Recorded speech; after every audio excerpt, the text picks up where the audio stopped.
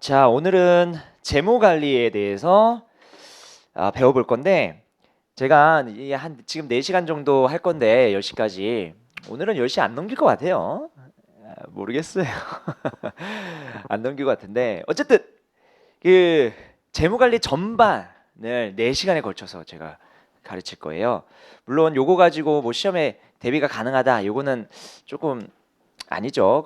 그래도 공부하는데 나름대로 수월을 할 겁니다. 그런 목적으로 들어주시면 되고요. 재무 관리가 뭔지 그 감을 잡는다고 생각하시고 강의를 들어주시면 되겠습니다. 1자 강의고요. 제 2장 재무 관리 2회부터 보도록 하겠습니다.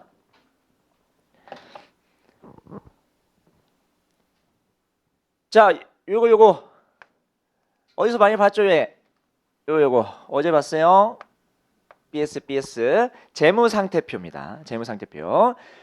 자, 회계에서의 재무상태표랑요, 재무관리에서 재무상태표가 좀 달라요.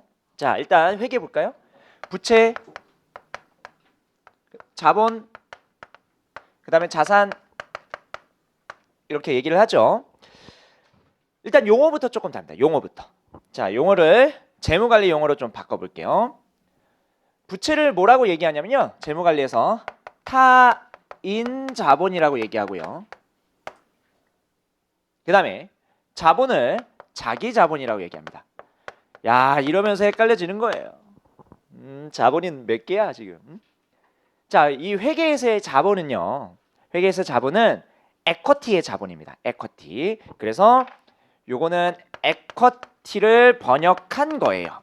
에쿼티를 번역한 거고, 자본금을 영어로 뭐 캐피털 스탁 이렇게 부르기도 하지만 어쨌든 에쿼티가 얘의 본질이거든요. 본질. 그때 여기 있는 자본 있죠. 여기 있는 자본은 영어로 뭘까요? 자본, 돈이죠. 캐피탈. 여기의 자본은 캐피탈입니다. 그래서 여러분, 회계에서의 자본하고요, 재무관리에서 얘기하고 있는 자본이 다릅니다. 재무관리에서 얘기하는 자본은 조달한 돈의 개념이에요. 조달한 돈의 개념. 조달한 돈. 그런데 재무관리 회계에서의 자본은 주주들로부터 조달한 돈만 자본이라고 쓰고 있습니다. 그러니까 용어가 이 재무관리랑 회계랑 이게 같은 과목이 아니다 보니까 이게 통일이 안 됐는데, 그럼 어떻게 하냐?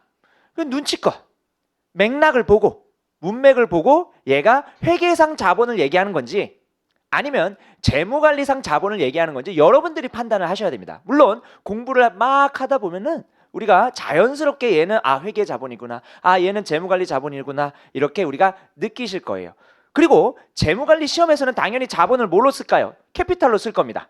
그러니까 재무관리 시험에서 굳이 회계적 용어를 쓰지는 않으니까 걱정하지 마시고, 뭐 일반 뭐 여러 가지 다른 금융 시험들 있잖아요. 그런 것들은 좀 조심을 하면서 접근을 하시면 됩니다. 그래서 재무관리에서는 이 자본을 캐피탈이라고 번역을 하고요. 그 다음에 타인 자본, 남에게 빌린 돈 해가지고 부채. 그 다음에 자기 자본, 내 돈 해가지고 주주의 돈 해서 자기 자본 이렇게 부르는 겁니다. 그러면은 요쪽 부분이 조달 측면이죠. 회계에서는 재무 활동이었습니다. 회계에서는 재무 활동. 그 다음에 가지고 있는 돈을 가지고 뭘 사냐면 자산을 삽니다. 재무관리에서도 자산이라고 얘기해요. 근데 앞에 뭐라고 붙냐면 보통 영업자산이라고 붙습니다. 영업자산. 그러니까 영업을 하기 위해서 내가 구매한 자산들이에요. 공장, 기계장치 이런 거 얘기하는 거예요. 주식, 채권 이런 거 아니에요. 그러니까 기업이 공장 짓고 건물 짓고 이런 것들은 내가 영업자산이라고 부르겠다라고 하는 것이고, 그 다음에 비영업자산도 있겠죠? 근데 요거는 너무 깊게 들어가는 거니까 일단 영업자산만 생각하시면 됩니다. 자, 그러면 타인 자본하고 자기 자본이 있는데, 우리가 타인 자본은 기업 관점에서 용어입니다. 기업 관점에서 용어고요. 타인 자본을 투자한 사람이 있겠죠. 타인 자본에 투자한 사람 누구예요? 채권자. 그쵸? 채권자. 타인 자본에 투자한 사람이 채권자입니다. 채권자가 있죠. 여기가 투자자들이죠. 채권자가 기업한테 부채 형식으로, 타인 자본의 형식으로 투자하는 것이고, 그다음에 여기는 주주죠. 주주가 자기 자본의 형식으로 투자하는 것이죠. 그렇죠? 자, 여기서 타인 자본은 기업 관점에서 용어라고 그랬죠. 그러면 채권자 관점에서는 저 타인 자본을 뭐라 부를까요? 채권이에요. 그러니까 채권자 입장에서는 채권이라 부르는 거예요. 채권에 투자했다 이렇게 얘기하죠. 타인 자본에 투자했다라고 잘 얘기를 안 합니다. 그러니까 타인 자본이라는 용어는 기업 관점에서 용어예요. 내가 채권자로부터 조달한 돈, 채권자 입장에서는 채권이지만 기업 입장에서는 타인 자본인 겁니다. 동일한 개념인데 관점에 따라서 용어가 달라지는 거예요. 공부할 때 굉장히 필요한 스킬입니다.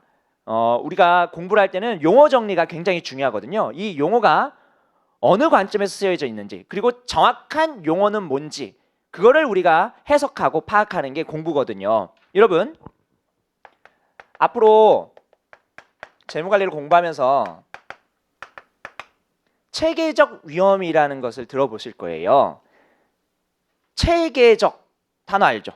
뭐 시스템화돼 있구나. 뭐 어떤 비체계적이 아니라 좀 체계화가 돼 있구나. 좀 순서가 있고 어떤 룰이 있는 거구나. 그러면 그런 체계적이라는 말 알죠? 그 다음에 위험이라는 말도 알아요. 위험 무서운 거, 코로나 이런 거. 위험 알아요 우리? 두 단어 다 압니다. 근데 체계적 위험은 다른 뜻이에요. 그러니까 우리가 어떤 새로운 과목을 공부할 때 그 과목에서 정의하고 있는 용어들이 있는 겁니다. 그래서 그거를 여러분들이 별도로 공부를 하셔야지 우리가 기존에 알고 있던 체계적이라는 단어의 뜻과 그 다음에 위험이라는 단어의 뜻을 여기다가 적용하게 되면은 해석을 잘못할 수 있다는 거예요. 아시겠죠? 제가 위험을, 물론 여러분들이 생각하는 위험이 맞긴 맞는데, 근데 본질적인 위험은 재무관리에서 위험은 좀 다른 측면이 있거든요. 그런 것들을 좀 설명을 드리면 이 체계적 위험을 나중에 해석을 할 수 있을 거예요.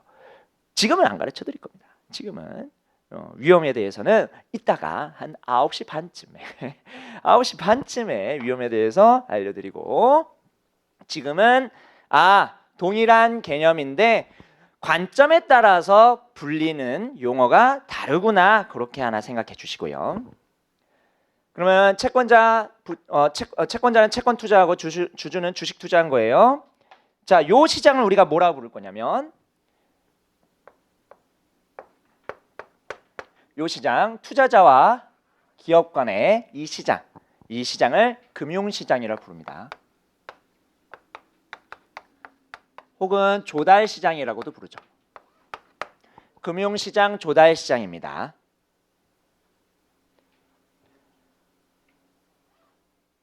문과에서 나 수학 좀 자신 있어 하는 사람들이 많이 가는 시장이죠. 증권회사, 자산운용사 뭐 등등. 이 금융시장에서 돈이 흘러갑니다. 자, 그 다음에 금융시장에서 돈을 조달했어요. 우리는 지금 기업 관점에서 보는 거잖아요. 경영학은 기업 관점에서 주로 보니까 조달한 돈을 가지고 자산을 삽니다. 자산을 사요. 자산을 사는 행위 있죠. 자산을 사는 행위. 이거 자체가 뭔가에 투자를 한다는 거거든요. 그러면은 투자가 여기서도 투자가 있고, 그 다음에 기업이 투자하는 것도 있네요. 별개를 보셔야 돼요. 금융시장에서 투자라는 것은 채권자랑 주주가 투자하는 겁니다. 기업이 투자하는 그 시장은요, 뭐라고 부르냐면, 요 시장, 기업이 투자하는 요 자산에 투자하는 시장 있죠? 요거를 실물 자산에 투자했다. 그래서 실물 투자 시장이라고 부릅니다. 실물 투자 시장. 재무관리는요, 금융시장을 다룰까요? 실물 투자 시장을 다룰까요? 중점적으로 다루는 게 어딜까요? 재무관리는 땡! 실물 투자 시장을 훨씬 더 중요하게 생각합니다. 금융시장은 단순하게 조달 측면이고요. 그러니까 부가가치가 창출되는 그 투자는 주식 채권에다가 투자하는 것이 아니라 어디다가 투자하는 거냐면 공장 짓고 건물 짓고 이렇게 해야지 나라가 발전하고 기업이 발전하고 그다음에 뭐 개인들도 발전을 하는 거예요. 그러니까 기업이 살아야 나라가 산다라는 그 말 있잖아요. 그거를 재무 관리에서 똑같이 적용을 합니다. 기업은 뭔가 이거 비트코인 투자하고 이렇게 하면 안 돼요. 기업은 뭘 해야 돼요? 영업 활동을 열심히 하기 위해서 그것과 관련된 어떤 자산들에다가 투자를 해야 됩니다. 삼성전자는 고덕단지 반도체 공장 열심히 지어야 되고요. 그 다음에 LG전자는 또 그 가전 만들 공장 열심히 지어야 되고요. 그 다음에 중공업들, 조선회사들은 부두에다가 도크라고 하는 어떤 공장을 또 지어야 돼요. 배를 만들 수 있는 공장을 지어야 되고. 그리고 게임 회사는 뭐 인력들, 게임 잘 만드는 인력들 잘 뽑아야 되고 그 시스템 잘 만들어줘야 되고 창의적인 뭔가를 할 수 있도록 계속 R&D 투자를 해야 되고 이런 것들이 실물 투자 시장에서 이루어지는 겁니다. 여기서 부가가치가 창출되는 거예요. 창출된 부가가치를 적절하게 잘 배분하는 거. 그게 문과생들이 나중에 해야 될 일이죠. 어쨌든 실물 투자 시장에다가 잘 투자하는 게 기업의 첫 번째 목표가 됩니다. 조달 잘하는 것도 당연히 중요하죠. 조달 잘하는 것도 당연히 중요한데 부가가치를 많이 창출하려면 좋은 데다가 투자를 해야 됩니다. 좋은 데다가. 아시겠죠? 그게 첫 번째예요. 그래서 우리는 실물 투자 시장을 중점적으로 배울 겁니다. 아시겠죠? 예를 들어서 이런 거예요. 내가 은행에서 5%로 차입했어요. 5% 차입했어요. 그럼 이자 5% 나가겠죠? 그 돈을 가지고 수익률이 3%인 어떤 실물 투자를 했습니다. 잘했어요? 못했잖아요. 그렇죠? 5%보다는 높아야 되잖아요. 그런 걸로 보시면 됩니다. 그러니까 내가 조달한 비용보다 투자를 통해서 벌어들인 수익이 더 높아야지 비용 다 지불하고 기업에 남는 돈이 생기는 거예요. 아시겠죠? 자, 그러면 우리 그 교재에서 그림 2-1 보실래요? 거기에 실물투자 시장하고 금융시장이 있죠? 실물투자 시장은 거기에 생산 요소를 투입한다고 했는데 생산 요소는 노동 자본 요거 생각하시면 돼요. 노동 자본, 생산 요소를 투입해 가지고 재화화, 용역을 생산하고 그거를 판매하는 겁니다. 됐죠? 자, 밑에 재무관리 목적에서 자금 조달이고 자산을 구입하는 거 있죠. 근데 자금 조달은 어디로부터 조달을 하냐면 그 밑에 금융시장에서 자금을 조달하는 겁니다. 금융시장에서의 자금 수요자가 있고 자금이 필요한 사람이죠. 그 다음에 자금을 공급해 주는 사람이 있어요. 자금 공급자가 있죠. 그 밑에 자금 수요자 밑에 뭐라고 써져 있어요? 기업. 그리고 발행자. 발행자라는 것, 발행이라는 단어 제가 어제 알려드렸습니다.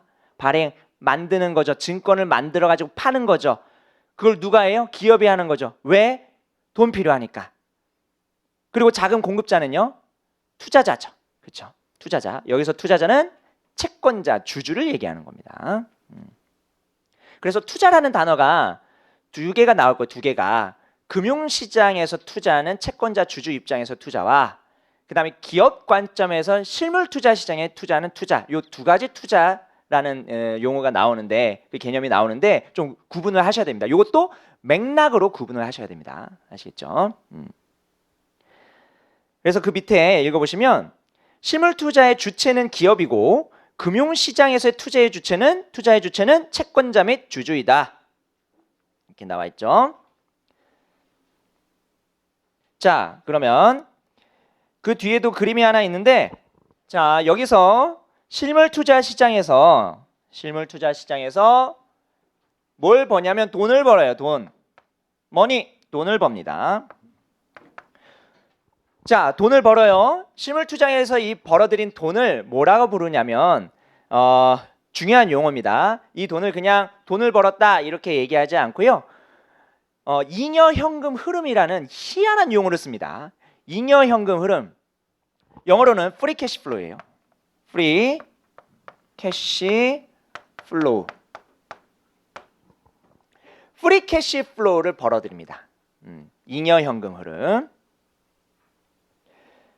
영어로 free cash flow고 한국말로 잉여 현금 흐름, 프리 캐시 플로우 잉여 현금 흐름입니다. 희한한 용어지만 뭐 잘 알아두세요. 나중에는 익숙해질 겁니다. 자, 그러면 잉여 현금 흐름을 가지고 이제 뭐 합니까? 이제 뭐 하냐면 채권자랑 주주에게 분배하는 거예요. 그러니까 투자를 통해서 남은 현금 흐름이 이 잉여 현금 흐름인 거예요. 그거를 여기 있는 투자자에게 주는 거죠.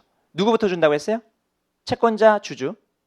채권자부터 준다고 했었죠. 채권자 먼저 주고 그 다음에 주주가 가져가는 거예요. 물론 그 사이에 세금이 있다면, 정부가 있다면 채권자 주고 그 다음에 정부가 가져가고 그 다음에 주주가 가져가는 겁니다. 자, 그러면 순서는 이 프리캐시 플로우를 분배를 하잖아요. 분배. 여기가 1번이죠. 그쵸? 채권자한테 먼저 주고 그 다음에 정부한테 정부 줄까요? 여기 뭐 없지만 뭐 정부라고 제가 여기다가 좀 쓸게요.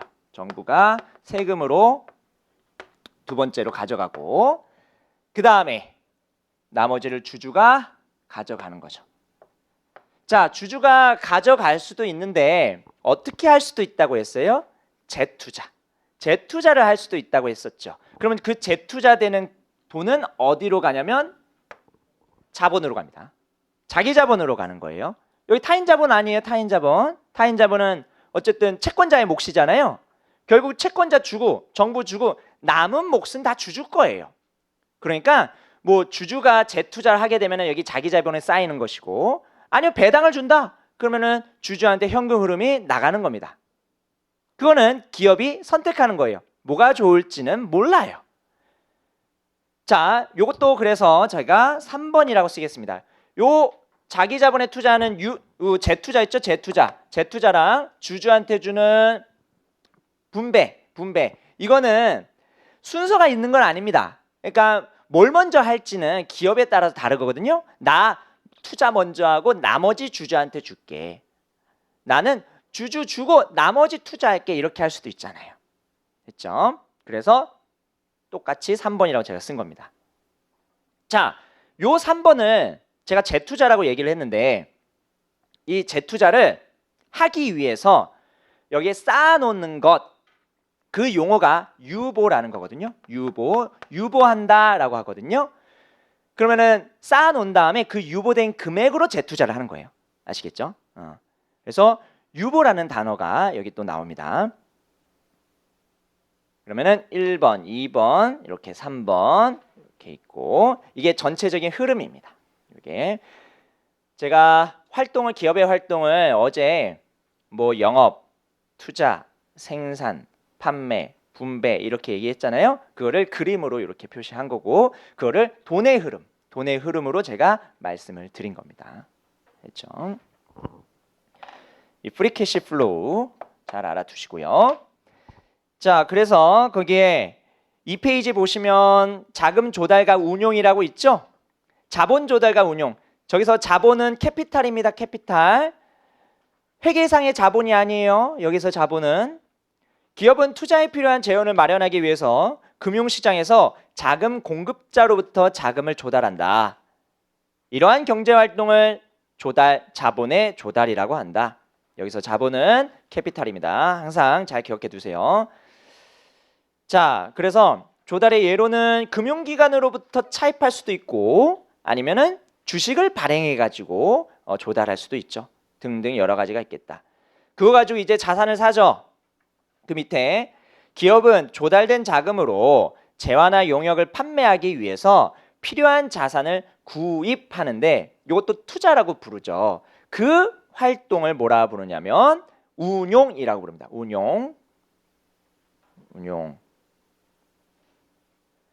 그래서 그림 2-2는 제가 칠판에다가 써드린 거고요. 그 다음에 그 밑에 한번 읽어볼까요? 기업이 창출한 현금 흐름은 이게 FCF, 프리 캐시 플로우, 잉여 현금 흐름이라고 불렀습니다. 잉여 현금 흐름. 그거는 먼저 채권자가 이자 형식으로 가져가고요. 이자 지급 후 잔여 현금 흐름에 대해서 기업의 배당 정책에 따라 주주에게 배당금 또는 유보금으로 나뉜다.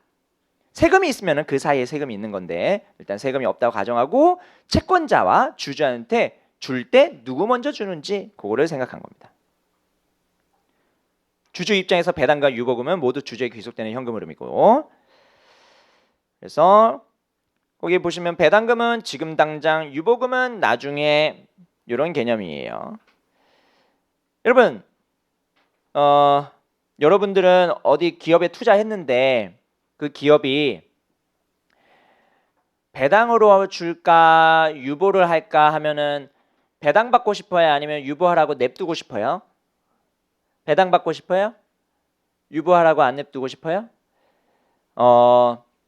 주주들이 돈을 회수하는 방법은 여러 가지가 있지만 제가 어제는 뭘 알려드렸냐면 배당, 그 다음에 하나 더 알려드렸는데 기억나요? 어제 오신 거 맞죠? 나치기인데 나치기인데 자사주 매입, 요것도 주주에게 돈을 주는 거였어요, 기업이. 자, 그러면은 주주들은 가만히 있다가 돈을 회수하려면 저 기업이 배당을 주거나 자사주를 매입해 줘야 돼요. 그러면 나는 돈을 회수할 수 있는데 그거 말고 회수할 수 있는 방법이 있습니다. 뭐냐면 옆 사람한테 파는 거예요. 옆 사람한테 내 주식을 팔아가지고 현금을 확보할 수도 있습니다. 자, 그 옆 사람한테 팔아가지고 현금을 확보할 수 있는 그 시장을 뭐라고 부르냐면 유통시장이라고 부릅니다. 주식은 코스피가 있죠. 코스닥 시장, 코스피 시장 다 유통시장입니다. 그 유통시장을 통해 가지고 현금을 회수할 수 있죠. 자, 그러면 다시 돌아와서 예전에 삼성전자는요, 배당 안 하기로 유명했습니다. 배당 안 하기로 유명했다고요. 그리고 액면 분할이라는 건 나중에 뭐 배우시겠지만 액면 분할을 하기 전에는 삼성전자의 주가가 300만 원까지 갔었습니다. 300만 원. 지금은 액면 분할 해가지고 6만 원 정도 되는데 어쨌든 300만 원까지 갔었는데요. 20년 전, 25년 전 삼성전자의 주가가 10만 원도 안 됐었습니다. 10만 원도 안 됐었고 2년 전에는 한 300만 원까지 올라갔었습니다. 그러면 삼성전자 입장에서는 뭘 한 거예요? 배당 안 하고 그 돈으로 계속 투자한 겁니다. 배당 안 하고 계속 투자한 거예요. 그래서 삼성전자의 시총이 350조가 된 거예요.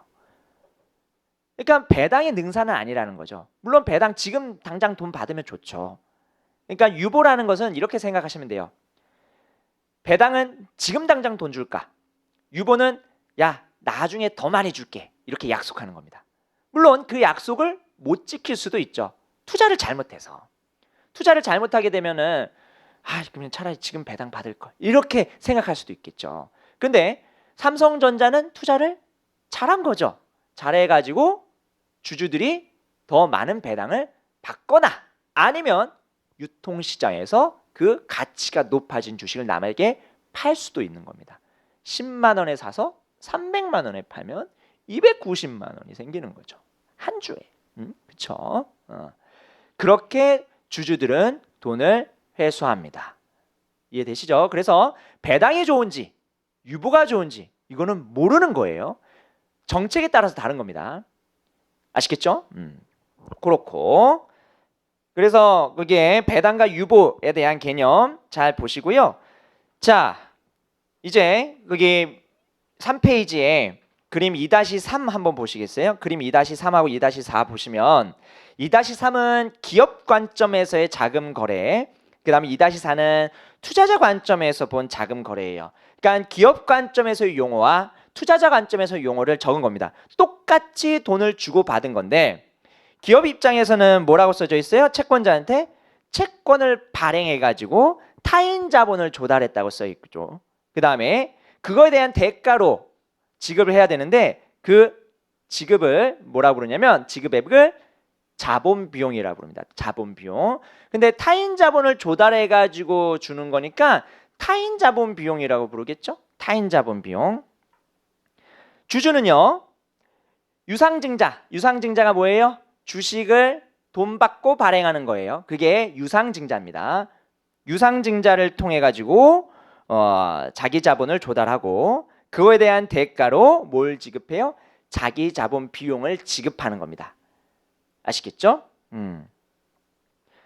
그런데 투자자 관점에서 보면 투자자 관점에서는 채권자 볼게요. 채권을 투자한 거죠. 그 다음에 기업 관점에서는 타인 자본 비용인데 채권자, 투자자 입장에서는 요구 수익률이죠. 요구 수익. 내가 얻은 투자 수익이죠. 투자 수익. 그래서 투자에 대한 이자 원금을 뭐라 부르냐면 채권자의 요구 수익 또는 요구 수익률이라고 부릅니다. 요구 수익이라고 얘기할 때는 어떤 절대적인 금액을 얘기할 거고 요구 수익률이라고 할 때는 퍼센테이지 개념이 들어가겠죠. 그 다음에 주주. 주주는 지분 투자 또는 주식 투자라고 해도 되겠죠. 지분, 주식 투자. 그리고 그거에 대한 대가로 배당 등을 받습니다. 제가 왜 배당 등이라고 표현했는지 아시겠죠? 배당 등을 받아요. 그게 바로 주주의 요구 수익, 요구 수익률이 됩니다. 아시겠죠? 그래서 어떤 용어가 나오냐? 자본 비용이라는 용어가 나옵니다. 자본 비용은 투자자 관점에서 쓴 용어예요? 기업 관점에서 쓴 용어예요? 기업 관점이죠. 비용이잖아요. 지불하는 거예요. 투자자들한테. 빌린 돈에 대한 대가로 지급하는 겁니다. 그리고 자본 비용을 둘로 나뉘죠. 타인 자본 비용. 그 다음에 자기 자본 비용. 이렇게 나뉘죠. 타인 자본 비용, 자기 자본 비용. 됐죠? 이게 큰 메인입니다. 재무관리에서. 그래서 자기 자본 비용, 타인 자본 비용이 있는데 여러분 요거는 이제 조금 어려운 개념인데 좀 말씀을 드리면 뭐 이해 안 되시면 넘기셔도 됩니다. 타인 자본 비용은 계약서에 적혀 있어요. 그러니까 채권 계약을 맺을 때 채권을 발행해 가지고 그다음에 그 이자 얼마 주고 원금 얼마 주고 이런 거 있죠? 그거를 계약서를 쓰거든요. 채권자가 앉아 가지고 야 이자율 이거 그다음에 원금 이거 이렇게 해가지고 딱 정해놔요. 그러면 타인 자본 비용 구하기 되게 쉬울 거거든요. 타인 자본 비용 되게 구하기 쉬워요. 그런데 자기 자본 비용은요. 이건 되게 추상적이에요. 자기 자본 비용이라는 그 금액을 산정하기 위해서는요. 혹은 율을 산정하기 위해서 자본 비용률 그거를 산정하기 위해서는 굉장히 철학적인 그리고 어떤 추상적인 개념이 들어갑니다. 그러니까 제가 주주는 남에게 준 돈 다 주고 난 나머지가 다 내 거라고 했죠. 그게 몇 퍼센트가 될지 몰라요, 사실. 그렇죠? 가봐야 아는 거죠. 채권자처럼 이렇게 정해진 율이 있는 게 아니라 주주들은 가봐야 되는 거예요. 그런데 주주들도 투자를 하면서 그 정도는 생각할 거 아니에요. 이 정도는 줘야지. 이 정도는 줘야지라는 것은 생각할 거 아니에요. 그 개념이에요. 그래서 얼마를 줄지는 잘 모르겠지만 그래도 정해놔야죠. 정해놔야지 의사결정이 가능할 겁니다. 주주 입장에서도. 아시겠죠? 기업 입장에서도 요 정도는 줘야 되는구나 라고 생각할 수 있잖아요. 물론 채권자 주고 다 나머지 주주 거예요. 주주 건데 한 요 정도 벌어야지 얘한테 이 정도 요 정도 줄 수 있는 거구나 이렇게 생각할 수 있거든요. 그럼 기업 관점에서도 요 자본 비용을 잘 산정을 해야지 투자를 잘할 수가 있거든요. 투자할 때 어디다가 투자할지를 선택을 잘할 수가 있어요. 아시겠죠? 그래서 이 자기 자본 비용, 타인 자본 비용을 나중에 재무관리에서 실제로 직접 구해 볼 건데 타인 자본 비용은 은근히 어렵지 않습니다. 타인 자본 비용이 어렵지 않은데 자기 자본 비용을 구하는 그 논리 자체가 70년대 초반 논리인데 노벨 경제학상 받으신 분들이 만든 논리이기 때문에 이게 녹록지 않아요. 그리고 대학에서는 한 학기 강의입니다. 거의 뭐 2학기라고 해도 과언이 아니에요. 그러니까 1년 과정을 배우는데 한 4시간에 끝내야 돼요. 4시간에 쇼부 봐야 됩니다. 그러니까 여러분들은 나중에 오늘 말고 오늘은 못 배워요. 요거 오늘은 못 배우고 지금 요거 말고도 할 게 많잖아요. 다음에 기회가 되면은 요거를 한번 구해 볼 겁니다. 자, 어쨌든 자본비용을 구했다 치고 그러면 요거를 섞어 가지고 총 금액에 대한 자본 비용이 나오겠죠? 총 금액에 대한 자본 비용이 나오는데 이따가 볼 거예요. 가중 평균 자본 비용인데 나중에 이 가중 평균 자본 비용, 그러니까 총 조달한 금액에 대한 자본 비용인 거죠. 타인 자본, 자기 자본 비용 이렇게 나누지 않고 총 조달한 금액에 대한 자본 비용. 이거를 만약에 8%를 구했다. 이거를 만약에 8%를 구했다. 그러면 투자할 때 어떻게 하면 돼요? 8%보다 높은 데다가 투자하면 되는 거예요. 누가? 기업이. 아시겠죠? 그럴 목적으로 이 자본 비용을 구하는 겁니다. 자, 이제 자본 비용까지 좀 설명을 드렸으니 이제 본격적으로 뭐 할 거냐면 여기 있는 기업 가치를 평가해 볼 건데 여러분 지금 이 구조는 제가 회계상의 어떤 숫자들을 가지고 좀 설명을 드렸죠. 그런데 이제 앞으로 재무관리에서는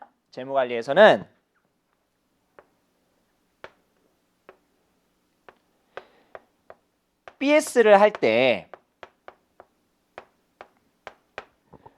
이게 북밸류의 준말입니다. 써드릴까요? 요 북밸류. 이 북밸류가 뭐냐면 장부가치입니다. 어제 배웠던 장부가치. 회계상에서 공시해 놓은 금액들. 이게 장부가치죠. 자산부채 자본. 그런데 얘를 바꿀 겁니다. 물론 회계상에 있는 숫자들을 가져오지만 뭘 한다고 했어요? 조정을 한다고 했죠. 조정을 해서 뭘 만드냐면 BS에 MV 마켓 밸류를 구합니다. 시장 가치. 재무 관리는 시장 가치가 굉장히 중요합니다. 시장 가치. 장부 가치보다 시장 가치가 더 중요해요. 우리 장부 가치가 역사적 원가 그다음에 뭐 시장 가치 뭐 둘 중에 선택해 가지고 뭐 하거나 말거나 뭐 이렇게 할 수 있다고 했었죠. 회계상으로는 회계 기준에 따라서 하면 되는데 회계 기준에 따라서 그게 시장 가치가 될 수도 있죠. 근데 장부 가치가 시장 가치가 아닌 경우가 훨씬 많거든요. 훨씬 많아요. 우리 어제 배운 내용 중에 감가상각에 대해서 배웠었습니다. 감가상각이라는 것은 그 자산을 산 후에 정해진 내가 추정한 내용연수, 그 다음에 추정한 잔존가치, 그 다음에 내가 감가상각할 방법, 요거를 정해가지고 미래에 어떤 숫자를 정해버리죠. 미래에 내가 산 자산의 숫자를 정해버리죠. 그 정한 숫자가 장부가치죠. 근데 그 장부가치는 뭐랑 다를 수 있어요? 시장가치랑 다를 수 있죠. 그때 가봐서 그 기계장치라든지 공장의 시장가치는 다를 수 있죠. 회계는 장부가치에 좀 더 초점을 두는데 재무관리는 장부가치보다 시장가치, 얼마에 팔리는 거야? 얼마 주고 사야 돼? 이러한 개념이 훨씬 더 많이 나옵니다. 그래서 마켓 밸류가 굉장히 중요합니다. 마켓 밸류.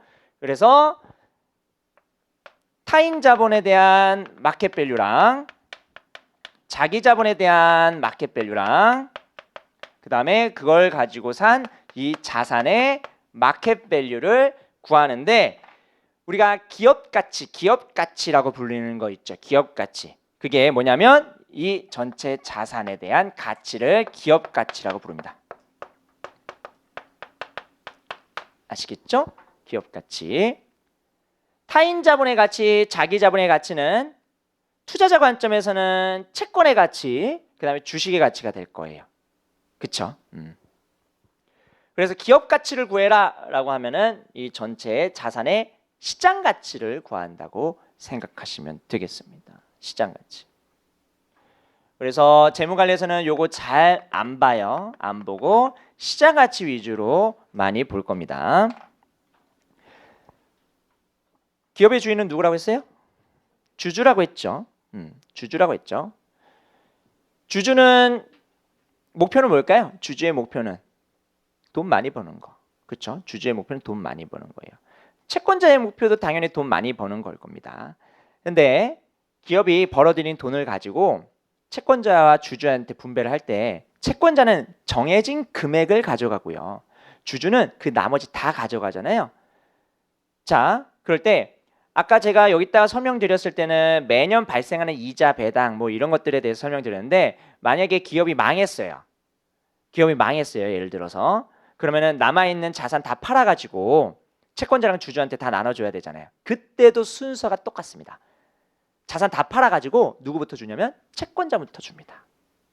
그러면 채권자가 먼저 가져가고 남은 게 있으면 주주가 가져가는데 웬만한 망한 기업에서는 주주가 가져갈 목 없을 거예요.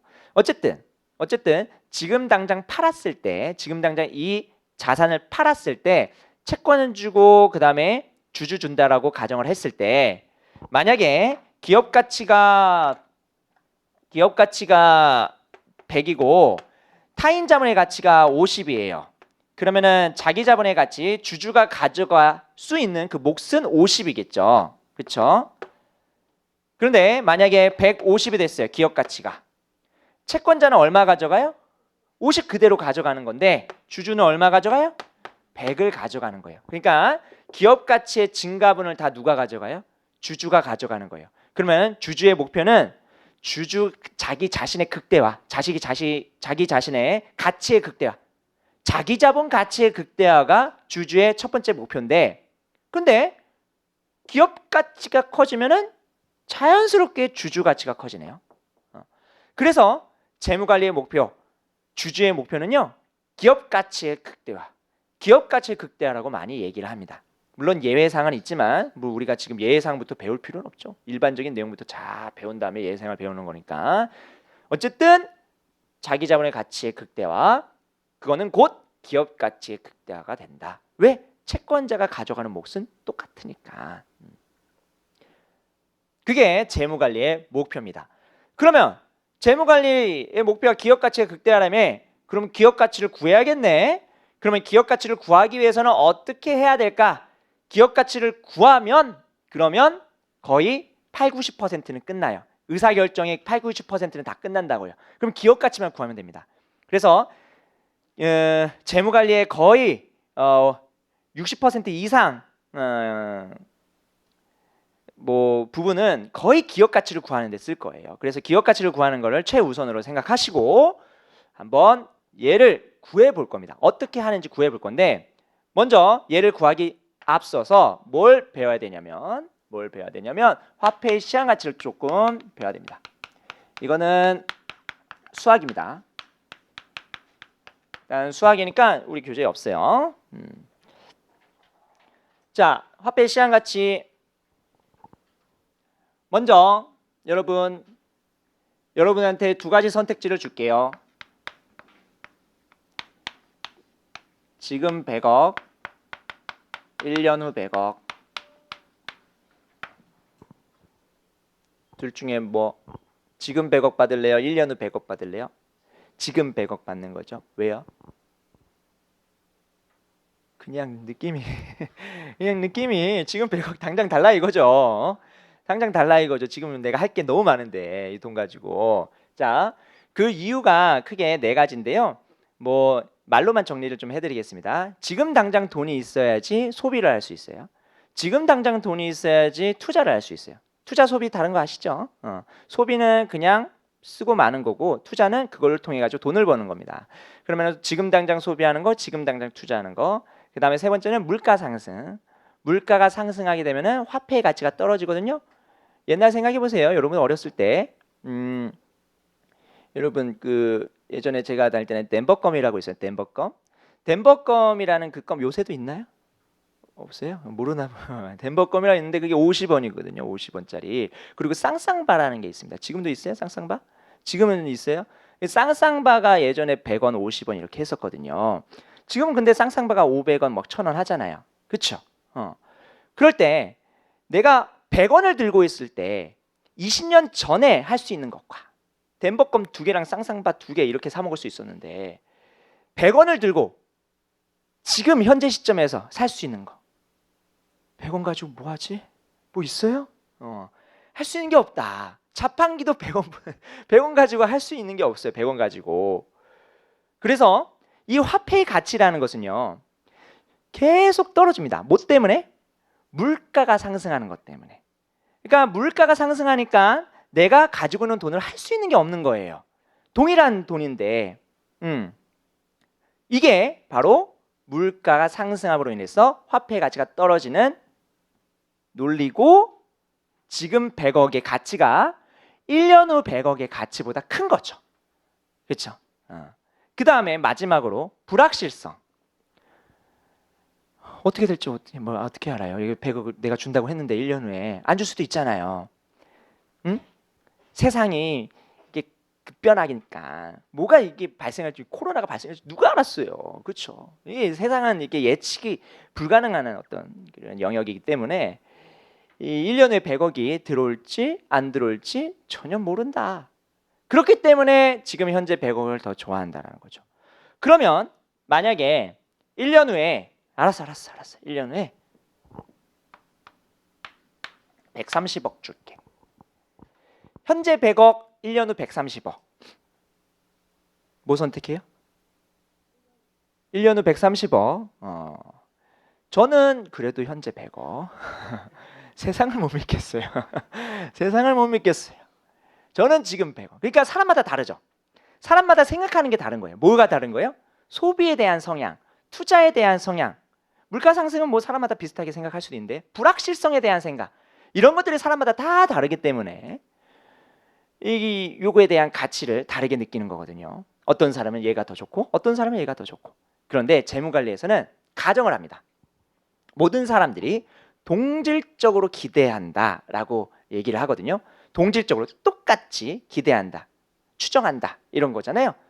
영어로는 homogeneous expectation인데, 그 homogeneous expectation 때문에 100억하고 130억을 만약에 여러분들이 동일하게 느낀다.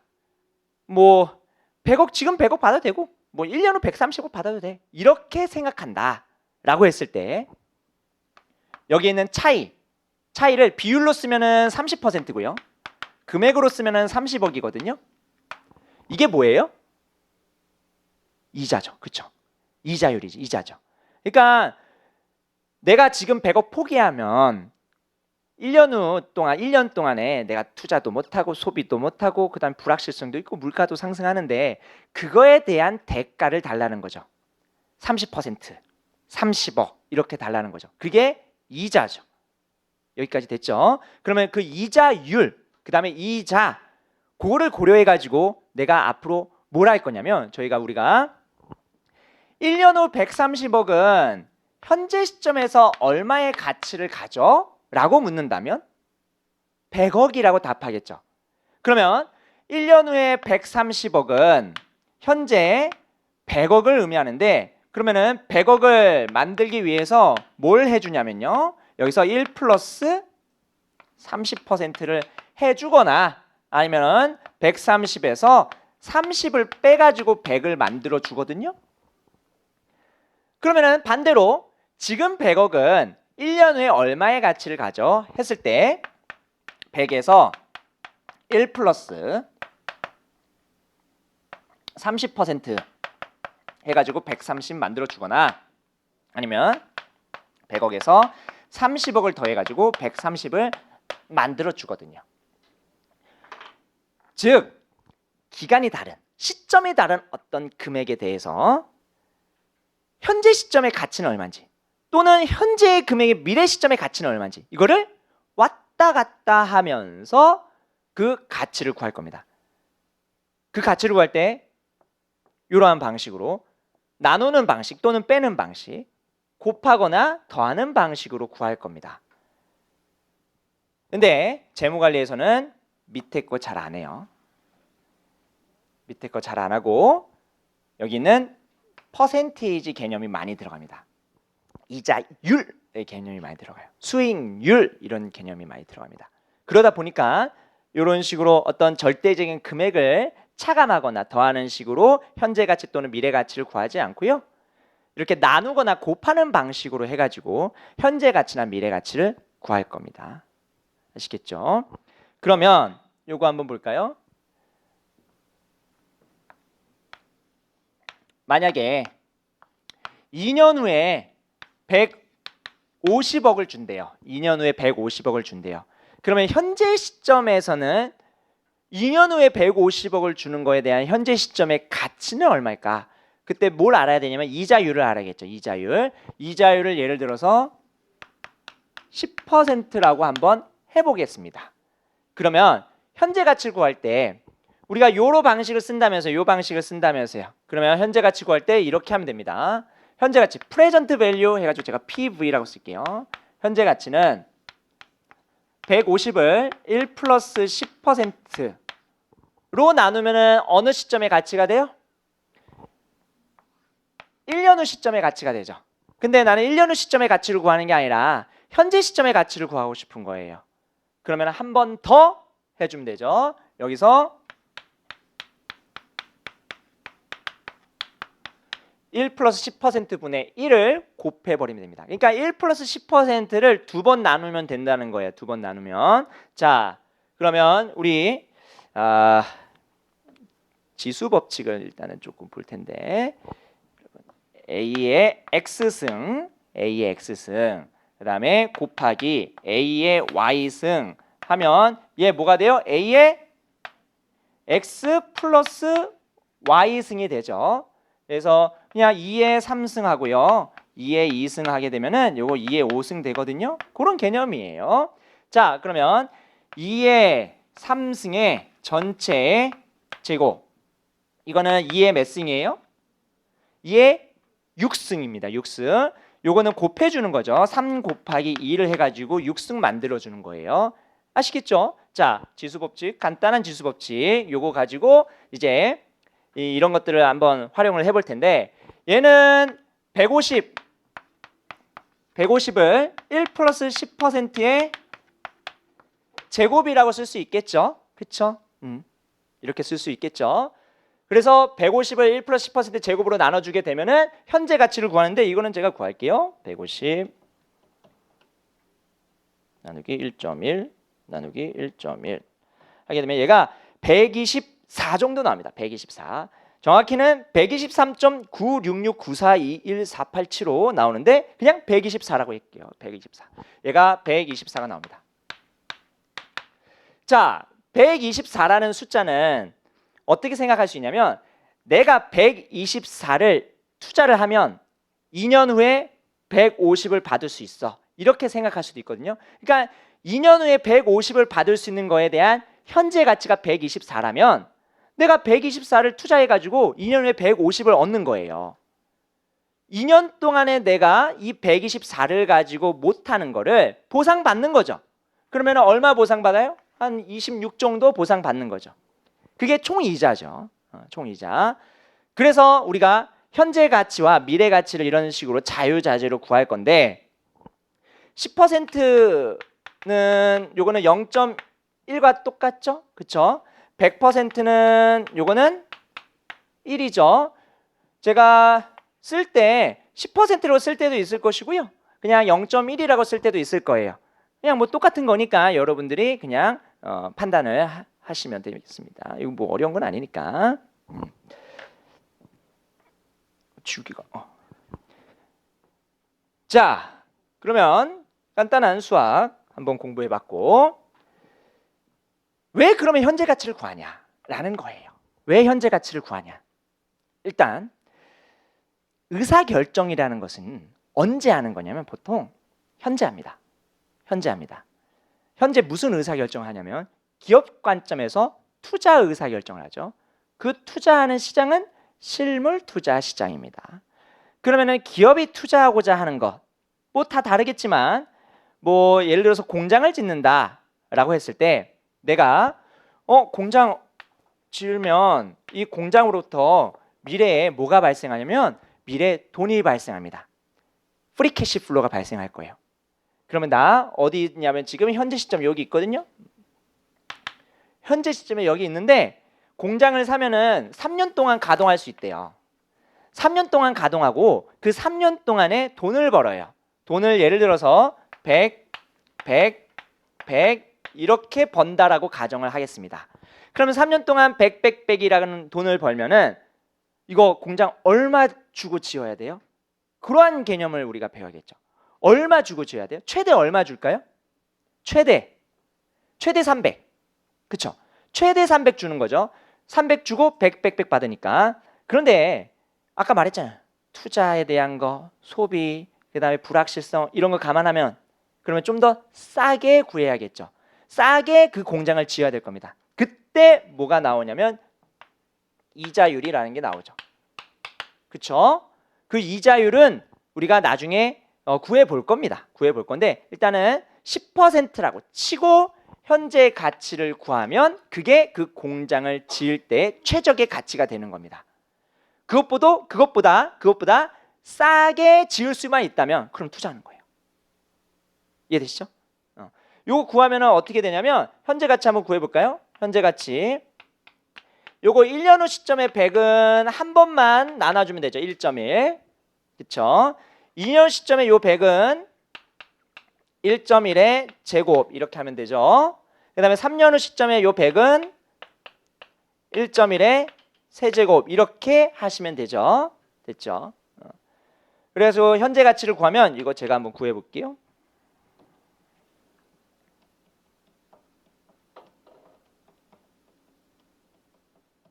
그러면 248.6 이렇게 나오는데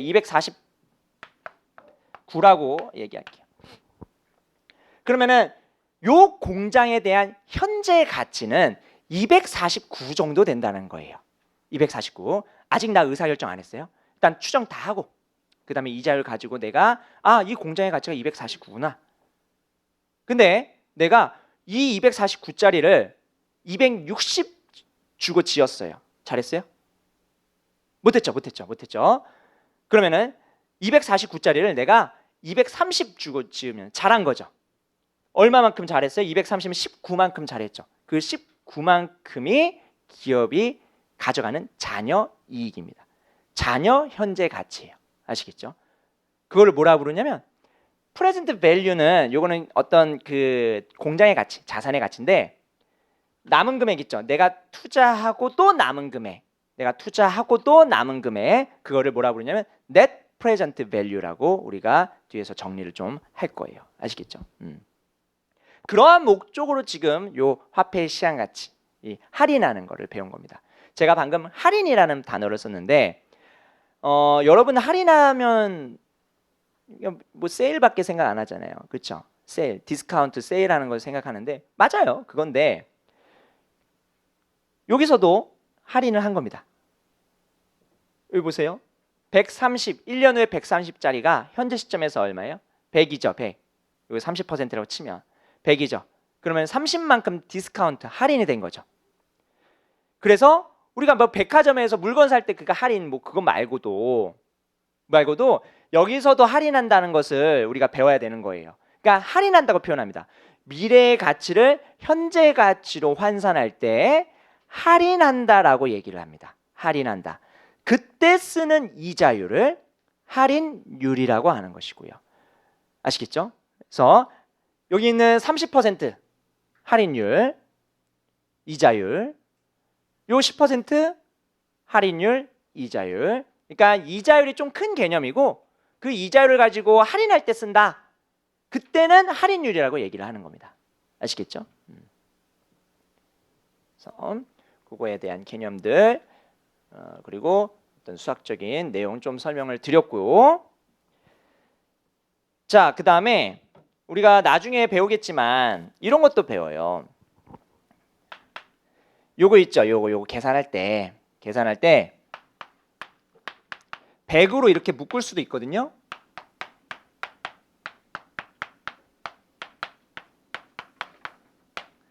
이렇게 묶을 수도 있거든요. 그쵸? 얘 있죠. 얘. 얘를 문제에서 줘요. 그냥 문제에서 줘버려. 요거 자체를 계산한 값을 줘버려요. 예를 들어서 이게 계산한 값이 2.49다. 문제에서 요걸 주면 어떻게 하면 돼요?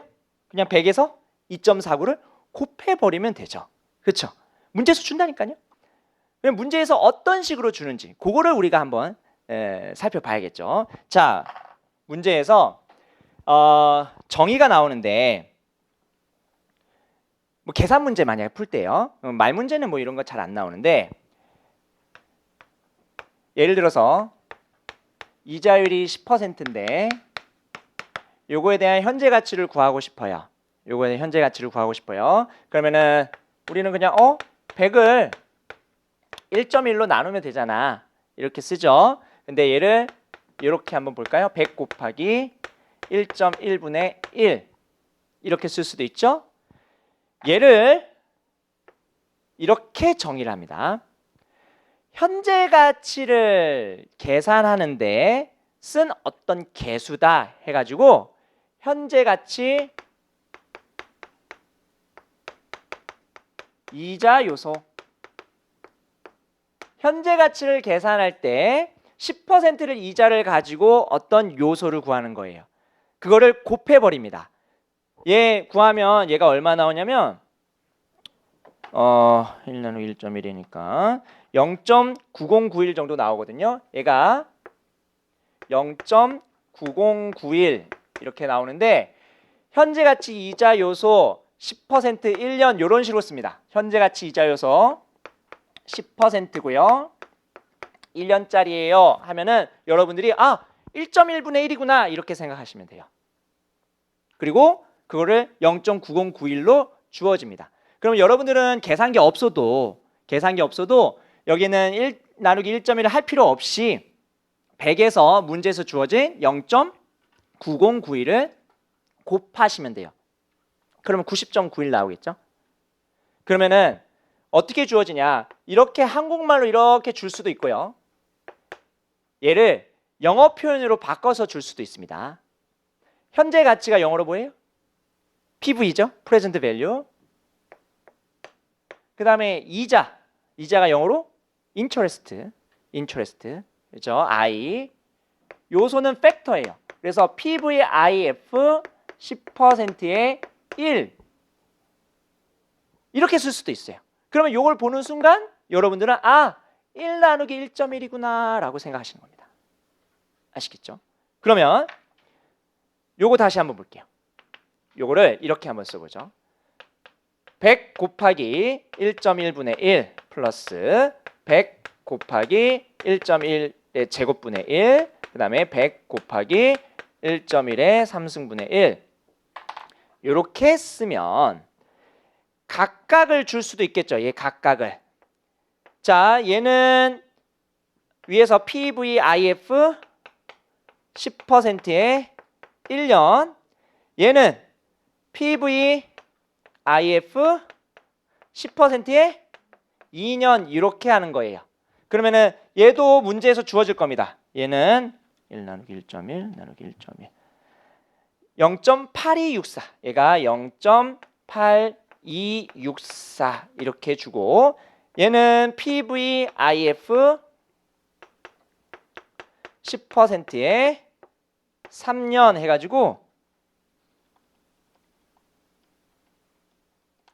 0.7513 이렇게 주어집니다. 0.7513 그러면 여러분 각각 이렇게 구했으니까 요 1년 후에 100은 현재점에서 한 요거 0.9091 현재 시점에서 한 90일 정도 되네. 2년 후에 100은 현재 시점에서 한 86.6 정도 되네. 82.6. 그 다음에 3년 후에 100 들어오는 거는 현재 시점에서 한 75.1 되네. 그거 세 개 더해버리면 되죠. 더해버리면. 그쵸? 더해버리면 249 정도 나옵니다. 됐죠? 여기까지. 지금 뭐 배운 거냐면 현재 가치 이자 요소 줄여서 현가 요소의 정의를 배운 거예요. 현가 요소의 정의를 배웠어요. 그러면은 현재 가치 이자 요소 말고 뭐도 있을까요? 미래 가치 이자 요소도 있겠죠. 미래 가치 이자 요소는 현재 시점에 100인데 이자율이 10%예요. 그때 1년 후에 얼마가 돼요? 110이 되는데 이 110은 100 곱하기 1.1 이렇게 쓸 수 있겠죠. 그러면 이 1.1을 뭐라고 얘기할 수 있다? 미래 가치로 보내는 내 이자 요소다. 그리고 10%의 1년짜리다. 해서 영어로는 FV Future Value Interest Factor 10%의 1 이렇게 씁니다. 그럼 만약에 현재 100짜리가 이자율이 10%였을 때 2년 후에 미래 가치는 얼마예요? 라고 했을 때 이렇게 쓸 수 있겠죠? 100 곱하기 미래 가치 이자 요소 10%의 입니다 라고 쓸 수 있는 거예요. 요거는 한 1.1 나오려나? 1.1 이렇게 나올 거예요. 그럼 121 나오겠죠. 아시겠죠? 그래서 현재 가치 이자 요소에 대한 정의와 미래 가치 이자 요소에 대한 정의를 알고 있으면 요거 가지고 문제에서 계산기가 없어도 그냥 암산으로도 해결할 수 있는 부분이 돼요. 됐죠? 미래 가치 이자 요소. 자, 그런데 이 미래 가치 이자 요소 FVIF 있죠? 요거를 어떤 책에서는 CVIF라고도 쓰거든요. 똑같은 말이에요. 똑같은 말. FVIF를 CVIF라고 씁니다. C는 컴파운드. 컴파운드가 우리나라 말로 뭐냐면 복리거든요. 복리. 복리 단리 들어보셨어요? 자, 복리 단리의 그 컴파운드 C거든요. 왜냐면 여기 있는 2년 후 시점 미래 가치를 구할 때 얘를 100 곱하기 1.1에 제곱을 했거든요.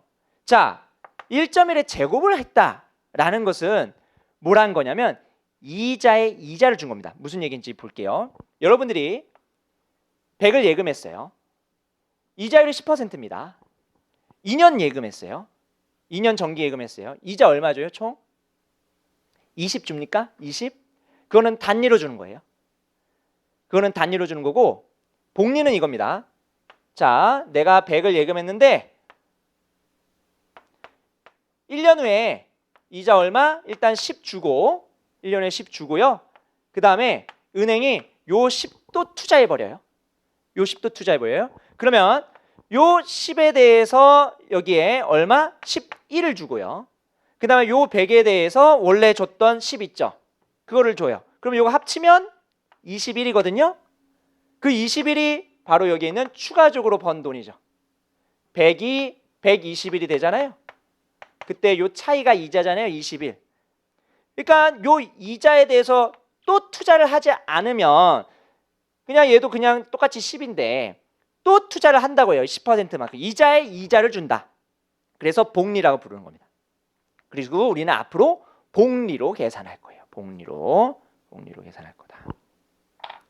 아시겠죠? 이렇게 생각하셔도 됩니다. 100을 예금했는데 1년 후에 110이 됐죠. 1년 후에 110이 됐어요. 이거를 뺐다가 다시 또 투자하는 개념이에요. 이거를 인출했다가 110을 인출했다가 다시 투자해요. 그러면 그 늘어난 10에 대해서도 투자가 되죠. 그러면은 이 110을 또 투자하게 되면은 121이 되는 거죠. 그러한 개념이 복리입니다. 그러니까 그 복리로 미래 가치를 계산했다 해가지고 앞에 C를 붙이는 경우도 있어요. compounded value죠. 그렇죠? 자, 그럼 미래 가치 이자 요소와 현재 가치 이자 요소를 우리가 공부를 했는데, 자, 현재 가치 이자 요소에서 요거 마저 설명드릴게요. 저거를 정의를 해놨다. 2.49라는 숫자를 미리 구해놨다. 그러면 얘는 뭐라고 쓸 수 있냐면 현재 가치를 구하는데 현재 가치를 구하는 요소인데 연금에 대한 현재 가치를 구하는 거다. 그래서 present value interest factor for annuity 10%에 3 요렇게 쓰거든요. 그러면 얘가 2.49라고 문제에서 주어지면 그 문제에서 주어진 2.49를 여기다가 곱해버리면 됩니다. 그러면은 annuity가 우리나라 말로 연금이거든요. 연금이 뭡니까? 연속적으로 돈을 준다 해가지고 연금이죠. 그러니까 그 연금에 대한 현재 가치를 구할 때 쓰는 요소다. 그러니까 100이라는 동일한 현금 흐름을 주는 어떤 연금에 대한 현재 가치를 구할 때 쓰는 요소다 해가지고 정의를 이런 식으로 내리죠. Present value interest factor for annuity. 연금의 현가 이자 요소입니다. 그래서 얘를 연금의 현재 가치 이자 요소라고 부르죠. 이렇게 정의를 했습니다. 연금의 미래가치 이자 요소도 있는데요. 요거는 좀 그 중요성도 떨어지고 좀 복잡하니까 나중에 배우기로 하고요. 우리 기초반에서는 그래서 여기 2일차 특강까지에서는 딱 여기까지만 공부를 해보도록 하겠습니다. 계산 문제가 뭐 잘 안 나오는 시험에서는 이런 거 뭐 잘 안 물어보거든요. 안 물어보는데 그래도 상식 차원에서 알고 있으면 좋으니까 설명을 좀 드렸습니다. 자, 화폐 시장 가치를 배웠어요. 왜 배운 거예요? 얘? 왜 갑자기 수학이 등장해가지고 왜 배운 거예요? 현재 가치 구하려고. 왜 제가 연금의 미래 가치 요소 안 배웠어요? 우리 미래의 의사결정할 거 아니거든요. 현재 의사결정할 거거든요. 그래서 현재 시점에 좀 더 방점을 둔 거예요. 그래서 현재 저 공장의 가격이 얼마고 저 기계장치의 가격이 얼마고 그거를 산정해야지만 올바른 의사결정을 할 수 있잖아요. 됐죠? 그러기 위해서 여기 있는 화폐의 시장가치를 배운 겁니다. 이 화폐의 시장가치를 이용해 가지고 기업의 가치를 이따가 한번 정리를 좀 해볼 거예요. 잠깐 쉬었다 할게요.